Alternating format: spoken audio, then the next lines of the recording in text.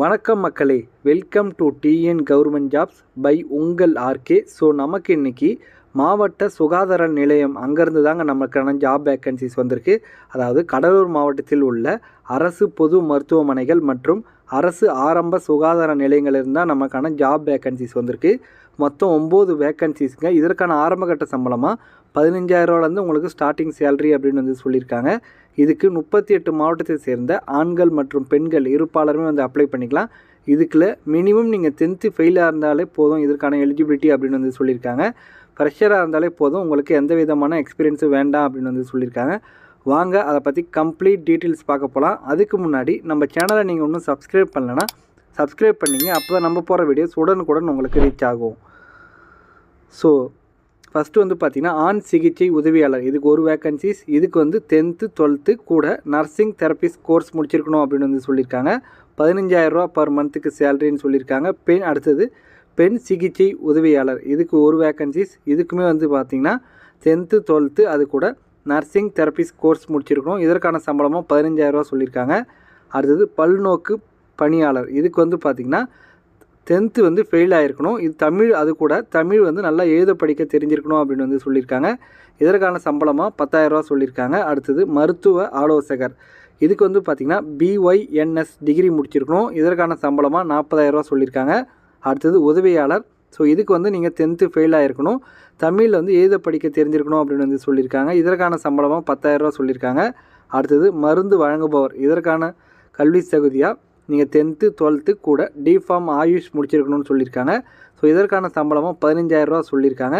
Once நீங்கள் application fill பண்ணிட்டீங்கன்னா சில ஆவணங்கள்லாம் அவங்க கூட அட்டாச் பண்ணி அனுப்பணும்னு சொல்லியிருக்காங்க. அது என்னென்னு பார்க்கலாம் வாங்க.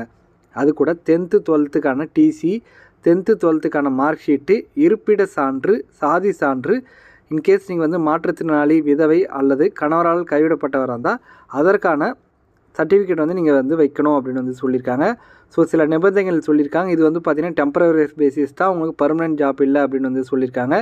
ஒன்ஸ் நீங்கள் அப்ளிகேஷன்லாம் ஃபில் பண்ணிட்டீங்கன்னா கீழே இருக்க அட்ரஸுக்கு நீங்கள் அனுப்பணும் அப்படின்னு சொல்லியிருக்காங்க. அட்ரஸ் என்னென்னு பார்த்தீங்கன்னா உறுப்பினர் செயலாளர், மாவட்ட சுகாதார அலுவலர், மாவட்ட நல்வாழ்வு சங்கம், டிஸ்ட்ரிக்ட் ஹெல்த் சொசைட்டி, மாவட்ட சுகாதார அலுவலகம், நம்பர் 5 பீச் ரோடு, கடலூர் 6,01,000 607,001 இந்த அட்ரஸுக்கு நீங்கள் 4/9/2025 நீங்கள் நேர்லேயோ இல்லைனா ஸ்பீட் போஸ்ட் மூலியமாக அனுப்பிக்கலாம் அப்படின்னு சொல்லியிருக்காங்க.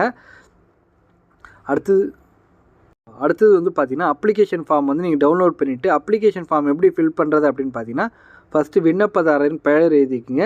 அடுத்தது அவங்களோட அப்பா பேர், அடுத்தது டேட் ஆஃப் பர்த், அதாவது டேட்டு மந்த்து இயர் இந்த ஆர்டர் வைஸாக எழுதிக்கிங்க. அடுத்தது உங்களுக்கான வயது, அடுத்தது உங்களுக்கான கல்வி தகுதி எழுதிக்கிங்க. அடுத்தது ஸோ இப்போ இருக்கிறீங்களா தற்போது வீட்டு முகவரி டெம்பரரி அட்ரஸில் இருப்பீங்களா இல்லைங்களா, அந்த அட்ரஸ் எழுதிங்க. அடுத்தது நிரந்தர அட்ரஸாக இருந்தால் நிரந்தர அட்ரஸுக்கான டீட்டெயில்ஸுமே இதில் எழுதிடுங்க. அடுத்தது உங்களுக்கான சாதி என்னன்னு கேட்டிருக்காங்க. அடுத்தது உங்களுக்கான ஆதார நம்பர், அடுத்தது உங்கள் ஃபோன் நம்பர், இமெயில் ஐடி இருந்தால் எழுதலாம் அப்படின்னு சொல்லியிருக்காங்க. இல்லைனா விட்டுடலாம், ஒன்றும் பிரச்சனை இல்லை. அது கீழே உங்களோட இடம், தேதி ரெண்டுத்தையுமே மறக்காமல் எழுதிங்க.